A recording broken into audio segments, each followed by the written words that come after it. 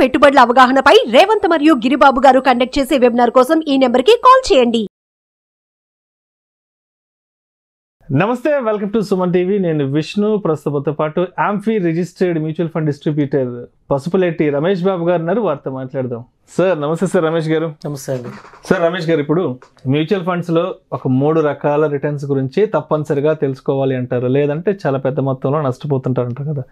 అంటే ఇప్పుడు మనకి XIRR, CAGR, absolute returns. So ఈ మూడింటి గురించి కొంచెం డీటెయిల్డ్గా మన ఆడియన్స్కి తెలియజేయగలరు? డెఫినెట్గా అండి. ఇది అందరు కంపల్సరీగా తెలుసుకోవాల్సిన విషయము. ఎందుకంటే అందరూ ఈ రోజుల్లో డాటా అవైలబుల్ ఉంది కాబట్టి ఇంటర్నెట్లో సెట్ చేసి సో ఈ రిటర్న్ చూసి ఇది ఏ రిటర్నో తెలియక ఇది చాలా ఎక్కువ వచ్చింది, ఇది చాలా తక్కువ వచ్చిందని ఇట్లా అనుకుంటా ఉంటారు. సో మనం కంపల్సరీగా యాపిల్ టు యాపిల్ కంపేర్ చేయాలి కాబట్టి కంపల్సరీగా మనం ఇది ఏ రిటర్న్ చూస్తున్నామో చూడాలి. మనం అబ్సల్యూట్ రిటర్న్ చూస్తున్నామా, లేకపోతే CAGR చూస్తున్నామా, లేకపోతే XIRR చూస్తున్నామా, మనం అది కరెక్ట్గా చూడాలి. సపోజ్ ఒక 1 lakh ఇన్వెస్ట్ చేసి ఉంటే సపోజ్ 5 years తర్వాత చూస్తే అది 2 lakhs అయింది అనుకోండి. సో అబ్సల్యూట్ రిటర్న్ 100% అని చూపిస్తుంది. 1 lakh 2 lakhs అయింది కాబట్టి అంతే కదా, అబ్సల్యూట్ రిటర్న్ 100% అని చూపిస్తుంది.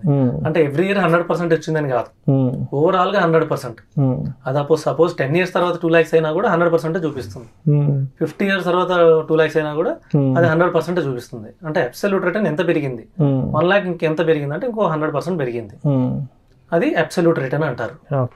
అదే CAGR అంటారు, compounded annual growth return. Suppose ఇదే ఎగ్జాంపుల్లో 1 lakh ని మనం 5 years తర్వాత చూస్తే 2 lakhs అవుతుంది. అంటే ఇయర్ కి ఎంత రిటర్న్ ఇచ్చింది, కాంపౌండ్ యాన్యువల్ గ్రోత్ రిటర్న్ అంటే ఎవ్రీ ఇయర్ ఎంత కాంపౌండ్ రిటర్న్ జనరేట్ చేసింది యాన్యువల్లీ. ఇది క్యాలిక్యులేట్ చేస్తే దానికి మనకు ఫార్ములాస్ ఉన్నాయి కాంపౌండెడ్ చేయడానికి. కొన్ని మొబైల్ యాప్స్ కూడా ఉన్నాయి, ఎక్సెల్ వేసుకున్నా వస్తుంది. లేదంటే మనకి మనీ కంట్రోల్ కానివ్వండి, వాల్యూ రీసెర్చ్, వీటిలో ఏదైనా కానివ్వండి మీరు అక్కడ చూస్తే CAGR కూడా వాళ్ళు ఇస్తారు కంపల్సరీ. CAGR కంపల్సరీ చెక్ చేయాలి. అంటే ఎవ్రీ ఇయర్ ఎంత రిటర్న్ ఇస్తుంది అంటే అప్రాక్సిమేట్లీ 19%, 19.04% వస్తుంది అప్రాక్సిమేట్లీ. సో అంటే మనకి వచ్చిన కాంపౌండ్ రిటర్న్ ఇది చూసుకోవాలి. మనం 1 lakh పెట్టాము, 5 years లో మనకి ఎంత వచ్చిందంటే 19% అప్రాక్సిమేట్ గా మనకు రిటర్న్ వచ్చింది every year, compound return. So ఇది కంపేర్ చేసుకోవాలి. సో అబ్సల్యూట్ రిటర్న్ అనేది మనకి అది క్లారిటీ ఉండదు అబ్సల్యూట్ రిటర్న్ చూసినప్పుడు. సో కంపల్సరీగా కాంపౌండ్ యాన్యువల్ రిటర్న్ చూస్తే మనకి మంచి అవగాహన వస్తుంది. ఇదే ఇప్పుడు లంసమ్ 1 lakh కాకుండా ఒకేసారి 1 lakh కాకుండా మంత్లీ ఇన్వెస్ట్ చేసే వాళ్ళు ఉంటారు. 5,000, 10,000 సో సేవింగ్స్ లో కొంత భాగం ఇన్వెస్ట్ చేసే వాళ్ళు ఉంటారు. వాళ్ళు SIP రిటర్న్ కానివ్వండి, లేదనుకోండి మధ్యలో మార్కెట్ పడినప్పుడు లేకపోతే సర్ప్లస్ ఉన్నప్పుడు కొంచెం అమౌంట్ ఇన్వెస్ట్ చేస్తారు. ఇన్వెస్ట్ చేయాలి యాక్చువల్లీ. మార్కెట్ పడినప్పుడు కొద్దిగా అమౌంట్ ఇన్వెస్ట్ చేస్తూ ఉంటే ఎక్కువ రిటర్న్ వచ్చే అవకాశం ఉంది. కాబట్టి వీళ్ళు ఇలా ఈ కేటగిరీలో ఉన్న వాళ్ళు ఏమంటే XIRR చూసుకోవాలి.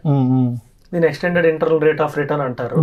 దీంట్లో చూస్తే ఏమవుతుందంటే మధ్యలో మనం రెగ్యులర్ ఇంటర్వెల్ అంటే ఎవ్రీ మంత్ ఇన్వెస్ట్ చేసిన దానికి లేదా మధ్యలో ఇన్వెస్ట్ చేసిన దానికి వీటన్నిటిని యావరేజ్ చేస్తుంది. ఫస్ట్ ఇన్వెస్ట్మెంట్ చేసిన దానికి ఎంత రిటర్న్ వచ్చింది, తర్వాత చేసిన వాటికి ఎంత రిటర్న్ వచ్చింది, వీటన్నిటికి యావరేజ్ చేసి XIRR రిటర్న్ ఇస్తుంది, extended internal rate of return ఇస్తుంది. కాబట్టి సో SIP చేసేవాళ్ళు సో XIRR చూసుకోవాలి. నామినల్ గా మోడరేట్ గా అందరూ CAGR క్యాలిక్యులేట్ చేస్తారు. సో సిస్టమ్ యావరేజ్ చేస్తుంది కాబట్టి. కాకపోతే ఈ 2 మెయిన్ అనేది CAGR compounded annual growth return, XIRR అనేది చాలా ఇంపార్టెంట్ మనం ఒక ఫండ్ చూస్ చేసుకునేటప్పుడు. రైట్. సో ఇది ఇప్పుడు ప్రస్తుతానికి ITR టాక్సేషన్ టైమింగ్ నడుస్తుంది కాబట్టి మ్యూచువల్ ఫండ్స్కి సంబంధించి చాలామంది సర్చ్ చేసేది ఏంటంటే అంటే మ్యూచువల్ ఫండ్స్లో సెక్షన్ 80C అప్లికబుల్ అయ్యే ఫండ్స్ ఏమున్నాయి, మ్యూచువల్ ఫండ్స్లో ఎక్కడ ఇన్వెస్ట్ చేస్తే మనకి ట్యాక్స్ బెనిఫిట్ ఉంటుంది అనే దాని గురించి చాలామంది ఇప్పుడు సర్చ్ చేస్తున్నారు. కాబట్టి మనం ELSS గురించి కొంచెం డెప్త్గా మాట్లాడుకుందాం. అసలు ELSS అంటే ఏంటి, దీని మీద మనకి ఎంతవరకు ట్యాక్సేషన్ బెనిఫిట్ ఉంటుంది అండ్ ఎన్ని ఇయర్స్ వరకు ఇది లాక్ ఇన్ ఉంటుంది అంటారు? మంచి క్వశ్చన్ అండి. So ELSS equity linked saving schemes. So ఇందులోనే చాలా అర్థం ఉంది. సో ఈక్విటీ మార్కెట్ కి లింక్ అయ్యి ఉండే సేవింగ్ స్కీమ్. ఇది ఒక 80Cకి ఉన్న అవకాశాల్లో ఇది ఒక స్కీమ్. సో ఇందులో ఇన్వెస్ట్ చేసేటప్పుడు మనం తెలుసుకోవాల్సింది ఏంటంటే మిగతా వాటితో పోలిస్తే ఇది మంచిదా కాదా. డెఫినెట్గా మనం మిగతా 80Cతో చూస్తే కంపల్సరీగా ఇది ఎక్కువ రిటర్న్ ఇస్తుంది. మన దగ్గర హిస్టారికల్ రిటర్న్స్ ఉన్నాయి. సో హిస్టారికల్ రిటర్న్స్ ఉన్నంత మాత్రాన ఫ్యూచర్లో కూడా అంత ఎక్కువ వస్తుంది అని మనకి తెలియదు. కాబట్టి మనం దీని గురించి పూర్తిగా అవగాహన తెచ్చుకోవాలి. ఈక్విటీ లింక్డ్ సేవింగ్స్ స్కీమ్ అంటే వీటిలో 3 years లాక్-ఇన్ ఉంటాయి. ఇది కూడా చాలా మంచి అట్రాక్టివ్. మీరు కొన్ని ఏటీసీ అదర్ ఇన్స్ట్రుమెంట్ చూస్తే 5 years ఉంటాయి, 10 years ఉంటాయి. సో వాటన్నిటితో పోలిస్తే ఈక్విటీ లింక్డ్ సేవింగ్స్ స్కీమ్ అనేది చాలా చాలా తక్కువ లాకింగ్ పీరియడ్తో వచ్చినట్టు మనకి. అంటే 3 years లాకింగ్ పీరియడ్ అనేది చాలా తక్కువ సమయం.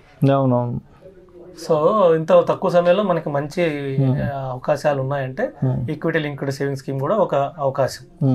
వీళ్ళు ఈక్విటీ మార్కెట్లో ఇన్వెస్ట్ చేస్తారు. 3 years తర్వాత మనకి ఇప్పుడు మనం ఇన్వెస్ట్ చేసిన దానికి ఏటీసీ కూడా వాళ్ళు అవకాశం ఇస్తున్నారు. సో మ్యాక్సిమం అన్ని మనం కంపేర్ చేయొచ్చు. చాలా ఫండ్స్ అందుబాటులో ఉన్నాయి. సో చాలా మంచి ఫండ్స్ ఉన్నాయి. అవి కూడా మనం ఇందాక అనుకున్నట్టు 12 to 15% return generate చేయగలుగుతున్నాయి.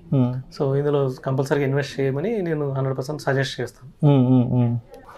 So Ramesh గారు, ఇప్పుడు స్టాక్స్లో మనకి ఈటీఎఫ్స్ ఉన్నాయి, అంటే స్టాక్ మార్కెట్ ఇన్వెస్ట్మెంట్స్ పరంగా ఈటీఎఫ్స్ ఉన్నాయి కదా, అండ్ అదేవిధంగా మ్యూచువల్ ఫండ్స్లో కూడా మ్యూచువల్ ఫండ్ ఈటీఎఫ్లు ఉన్నాయి కాబట్టి దాని గురించి కూడా కొంచెం వివరించగలరు?